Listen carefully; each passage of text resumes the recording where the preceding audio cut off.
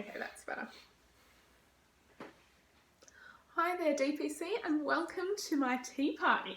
I love having a nice hot cup of tea on a cold day like today. But tea bags are useful for more than just making tea. They can also help us think about what's been happening in Exodus.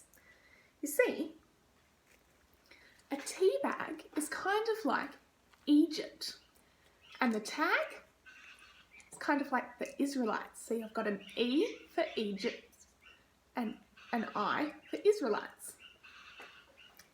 Now, the Israelites were enslaved to Egypt, so it's kind of like Egypt was pulling the Israelites down into the murky water of worshipping other gods.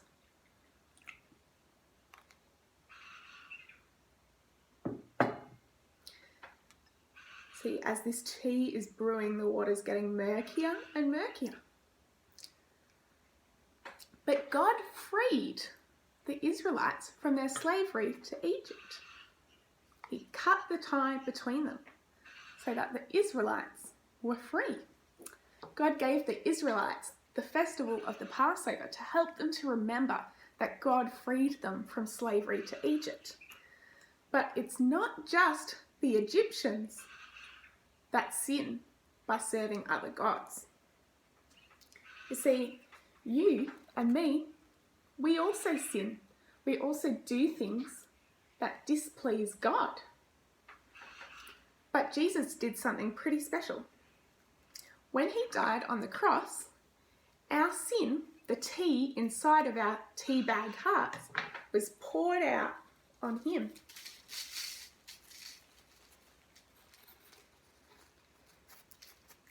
So that we could do away with the label of sinner that the world gives us. Jesus cut the tie to the label of sinner. But our hearts were still stained by sin.